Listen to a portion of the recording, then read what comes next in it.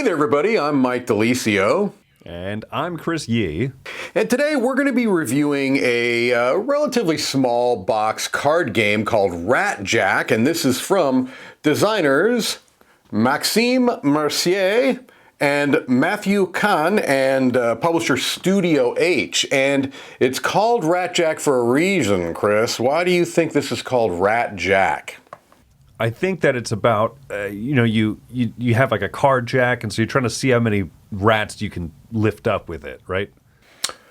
You certainly saw a different game than I did. I just thought it was a play on blackjack.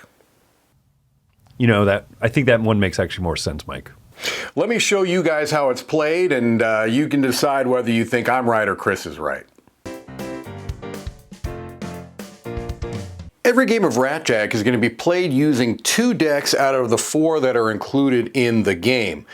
The yellow and purple decks, the red and the blue decks. They recommend in your first game that you play with the red and blue decks, so that's what we're going to show you in the overview.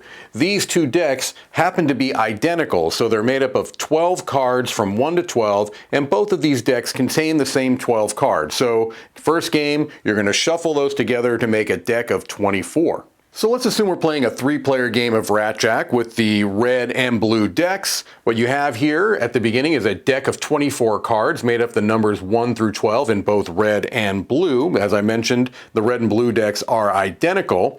Each player is going to be dealt 2 cards from the deck face down in front of them. The top card of the deck will then be flipped up to start the discard pile. The goal in the game is to get 3 victory points, to be the first player to get 3 victory points, which are represented by these nice plastic embossed tokens. In the middle of the table here, you see the 6 bonus tokens. And the way this works is that you just kind of flip them randomly to either side. They're all double-sided, but once you have them set, you leave them that way for the rest of the game. These are tokens that can be placed on top of cards that are going to do some kind of adjustment or some type of action, and those are all laid out on the back of the rule book here. They're relatively simple, and you can always just refer to that if you need to remember what one or more of the tokens does. Once the cards have been dealt, what each player is going to do is they're going to look at their 2 cards that they have. They're going to choose one that they're going to keep in their hand and the other that they're going to play back to the table face down. The face down cards on the table are known as hidden cards. So perhaps I'm going to go ahead and keep this 2 in my hand and place the 10 back down face down as my hidden card. Every other player is going to do the same, and so you'll have the hidden cards on the table and 1 more card in hand. So, how do you get the 3 points that you need to win the game? You're going to do that by following the turn structure as you have it here. Everyone's going to get a player aid card. One of them will say first player, so this would be the player that went first. And then you're also going to get a reference card that's going to tell you what all of the cards in the deck do. If you remember, the red and blue decks are the exact same, so it'll be the same for all of the cards. These are essentially the 12 cards that are in this game. If you were playing with the purple or the yellow deck, you'd have an additional card to refer to. As a matter of fact, here they are right here. Okay, on your turn, you're going to do very simple actions here. You're going to take a card, then you're going to play a card. Where can you take a card from? Well, you can either draw the top card from the deck, or you can draw the card from the discard pile. Remembering you have 1 in hand. So let's say I drew from the top card of the deck. Well, in this case, I have 2 of the same card. So I'm going to be choosing one of these 2s, and I'm going to be playing it in one of a couple of different ways. So once you choose which card you're going to play, you can do it either, you can place it face down as a hidden card in front of you. You can place it face up in front of you and trigger the effect. Now you have to be able to fully do the effect or else you can't play it face up. Or you can discard it to the discard pile and then turn one of your hidden cards face up and trigger its effect. So let's just go through those really quickly. I could choose one of these 2s, and I can place it face up and do what it says. Take the top card of the discard pile and place it face down in front of you. So it becomes a hidden card, but players know which card you're putting face down. Or I could have played it face down and no one knows what I played.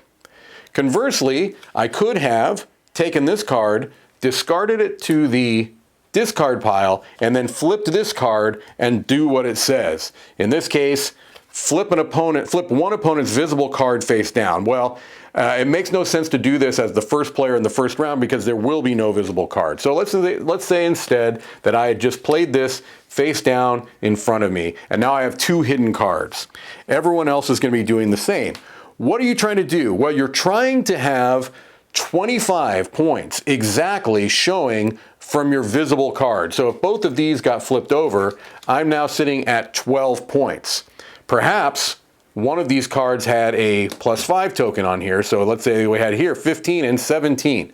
What you're trying to do again is get exactly 25 points. If you go over 25 points at any point, you are eliminated. So if someone were to play a card, let's say that I had this as a hidden card in front of me, and someone else played a card that flipped my this card face up, now I'm at 17 plus 12, 27, and 2. I am eliminated. The player that made me get eliminated would get a point token. So if you ever eliminate another player, you'll get a point token. If you ever at the end of a round or at the end of a turn have exactly 25 points, you get a point token and the round immediately ends. The other way that it can happen is if the other 2 players, let's say in a 3-player game, have been eliminated and you're the last one standing, you would get a point for that. And then the last way you can get a point is if the last card from the draw deck is drawn, that turn is played, and if there are still more than 1 players left on the table, whoever has the highest total without going over 25 would get a point token. At the end of the round, if 1 or more players has not received 3 victory points, you are going to go ahead and reshuffle and play it out again until 1 player or more players has 3 or more victory points. If there is a tie, if they reach 3 victory points at the same turn, then they share the victory. Otherwise, as soon as a player has gained 3 victory points, the game ends immediately and that player wins the game. All right, let's head back up and we'll let you know what we think.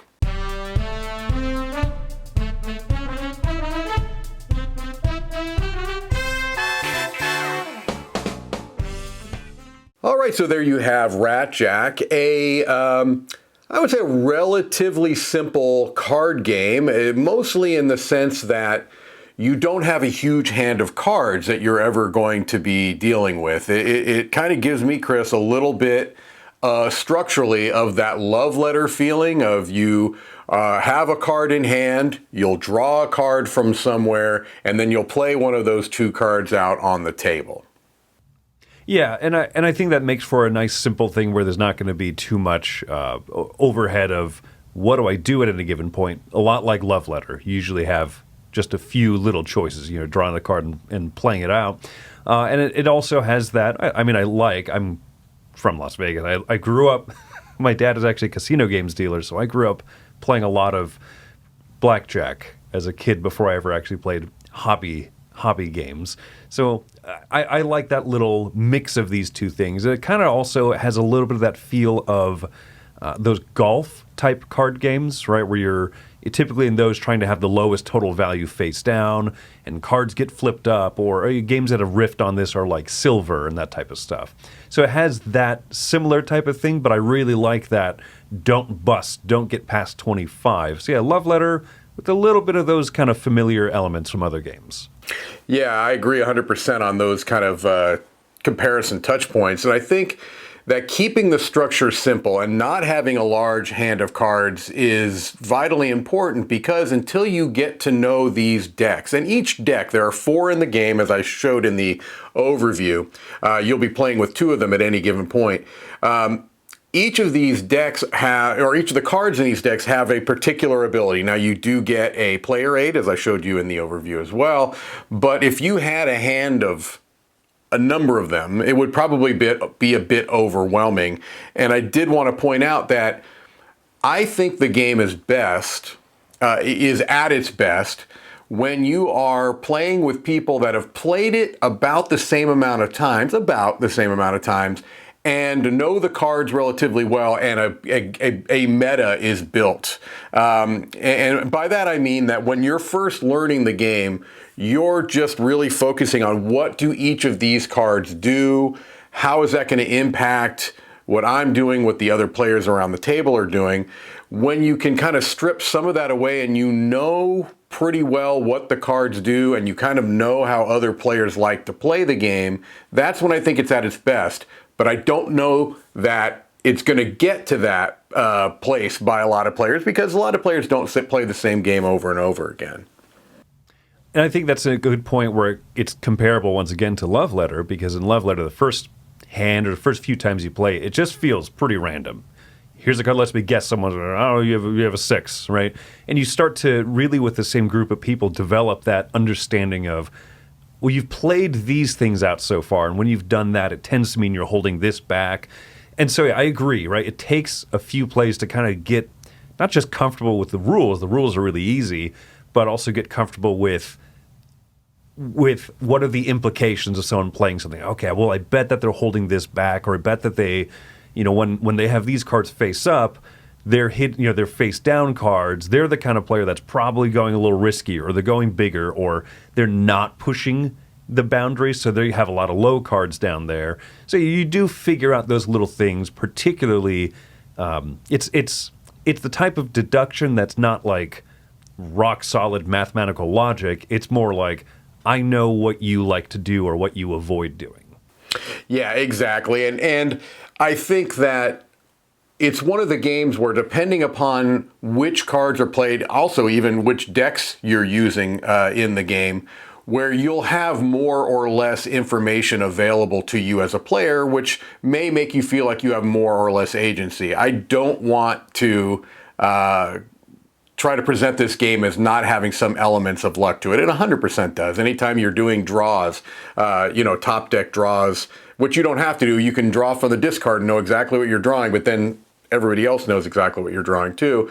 There's going to be some element of luck. There are going to be times where somebody chooses the right one of your hidden cards to flip over to make you bust over 25, and you don't really have any control over that. So you do have to be comfortable with some elements of luck, but I do think that the game is quick enough. You're only playing to 3 victory points. That element of luck is not too bothersome to me. I think other players, that ratio still might be off to them, but for me, I feel pretty comfortable with that element of luck.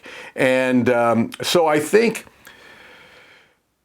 I've tried to get a sense for, some people I've played this with have not liked it as much, and other people have liked it a whole lot. And I haven't really gotten a good sense of what is different about these people other than that luck element. I think that people that kind of like to take gambles, that, which makes sense. This is based off of a gambling game type of you're taking risks. The people that like to take risks tend to like this game more. The people that want more perfect control over what's happening don't tend to like it as much and feel that it's maybe too random and chaotic. I think kind of like how the Gang is a riff off of poker, this being a riff off of blackjack, you have to be okay with sometimes you make what should be a safe, a safe kind of move, and then you end up busting, right? I think the problem is, for me, right, because I'm kind of cool on this game. I like it, but I wish I liked it more, and part of that is that it feels a little too slow-paced. And maybe that's part of it, too. Blackjack tends to be a pretty quick-moving game, or games like this that have that push-your-luck kind of feel. Yeah, they have luck, but they tend to move briskly. And in this one, there's just enough going on with the cards, and should I flip over an opponent's card? Well, I'm not sure. Or should I just play this for myself? Should I add a chip out there, or should I put it on my own? That I've seen people lock up a bit, and not tremendously long, but enough that it kind of messes up the flow of this game. A game that feels like it should have really quick-moving flow and funny kind of moments, and instead it becomes a little too methodical. I think that, for me, is kind of why I'm in the camp of people who I feel like this game drags just a little bit, even though it plays to a good amount of points, right? Once someone had 3 points done, good. But getting there's a little slower than it feels like it should be. You know, that's a very fair point, Chris, honestly, because I've had both experiences. I've had games that are really quick and snappy, and it felt like, boom, that's the way this game should feel. And I had a game that went tremendously long because one or more players at the table were being very deliberate, and you can tell they were trying to math this stuff out, and you're trying to math over imperfect information. And so then you're pulling into probabilities, and I don't have a brain that works like that. I'm not going to sit there and go, well, there's a 33% chance that this card could do that. I just don't do that. I go much more by feel. I look at this as more of like a party-ish type of a game, like Love Letter, but some people are not going to approach it that way. And so you bring up a very fair point that while I called it a snappy game, I have had experiences where it was not snappy. So I am glad you mentioned that, and that is something that you do need to consider. We're venturing into final thoughts, so if you don't mind, I'll go ahead and just kind of start off with final thoughts, and then you can jump in afterwards.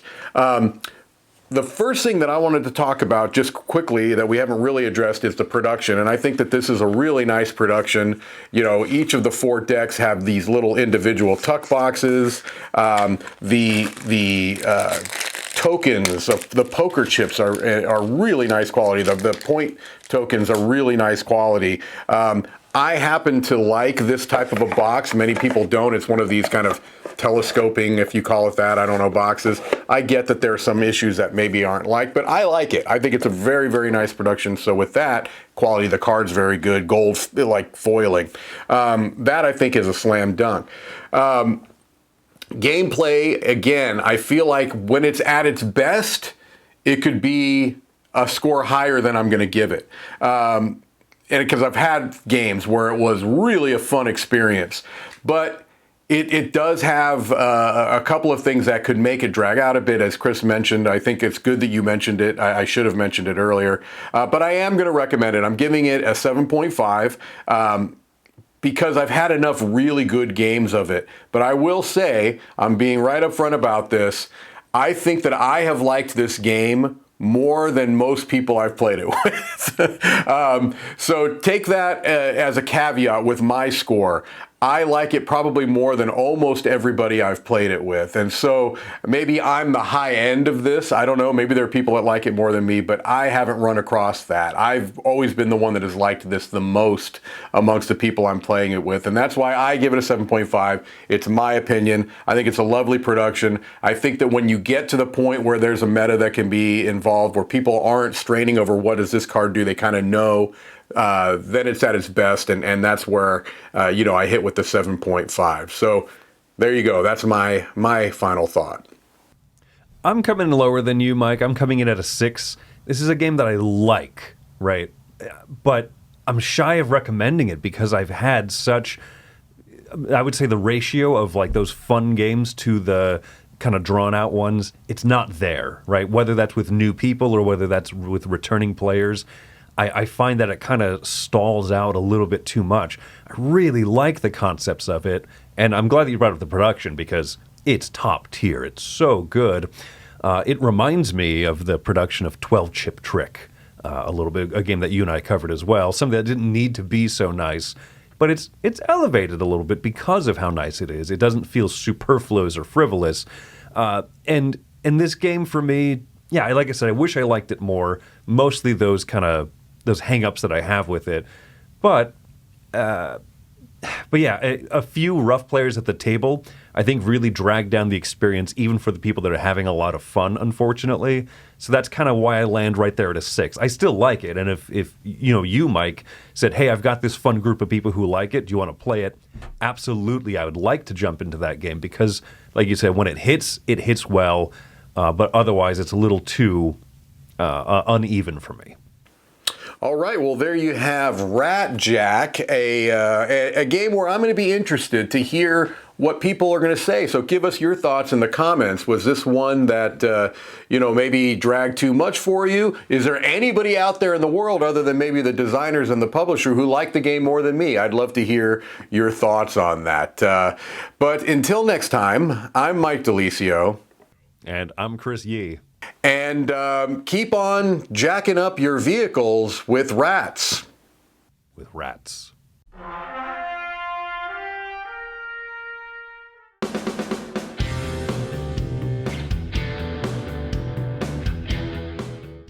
everybody, thanks for watching this video. If you like this review or whatever you just watched, wasn't it amazing? Check out our channel, Dice Tower. We have all kinds of things. We review games, we do top 10s, we play games live. It's all about board games, but especially the people who play them. Check out Dice Tower YouTube channel.